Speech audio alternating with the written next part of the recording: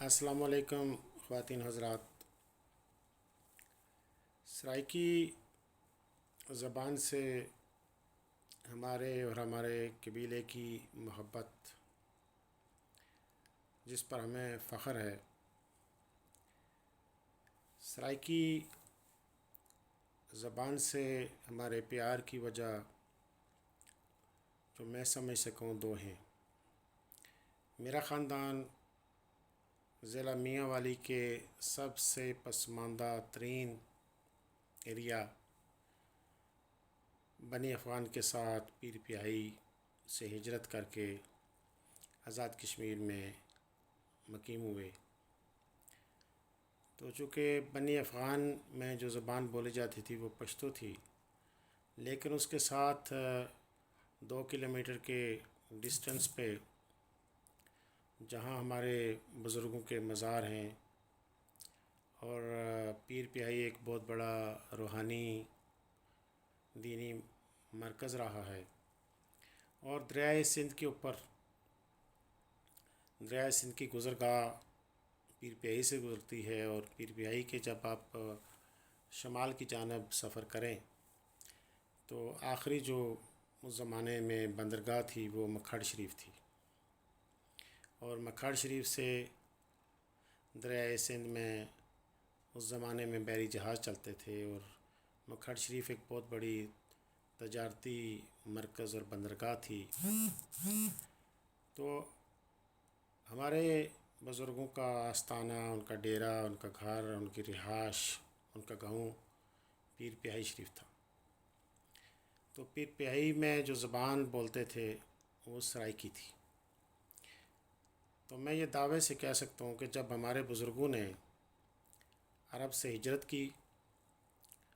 اور وہ وسط ایشیا میں آئے، اور وسط ایشیا سے سفر کرتے ہوئے بخارا سے جب وہ ہندوستان میں آئے، تو جو ان کی دوسری زبان تھی وہ سرائیکی تھی۔ لہٰذا ایک تو ہمارے بزرگوں کی زبان سرائیکی تھی،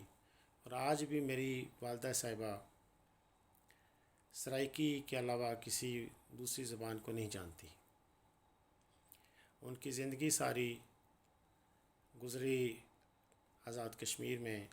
وہاں ہماری لوکل زبان پہاڑی یا پٹھواری ہے، لیکن میری والدہ صاحبہ آج بھی سرائیکی ہی بولتی ہیں۔ سرائیکی سے ہماری محبت کی اور عقیدت کی دوسری وجہ یہ ہے کہ کربلا کے سارے دکھ، کربلا کے سارے مصائب اور واقعات کربلا کو سرائیکی شعراء نے، سرائیکی ادیبوں نے، سرائیکی مرثیہ خوانوں نے، سرائیکی قصیدہ گو شعراء نے اور داستان گو ادیبوں نے سرائیکی کو میں کربلا کے واقعے کو اس طرح منظوم کیا، اس طرح بیان کیا، اس طرح پیش کیا کہ سارے کربلا کے جو کردار ہیں وہ ہمیں چلتے پھرتے نظر آتے ہیں، اور ہر کردار کی جو شخصیت تھی، جو شان تھی، جو فضیلت تھی، جو قربانی تھی، جو وفاداری تھی، جو کمٹمنٹ تھی، جو ایمان تھا، جو یقین تھا، جو اعتقاد تھا، اور ان کی شخصیت کا سارا نور جس خوبصورت پیرائے میں سرائیکی میں بیان ہوا ہے وہ کسی اور دوسری زبان میں بیان نہیں ہو سکتا۔ لہٰذا واقعات کربلا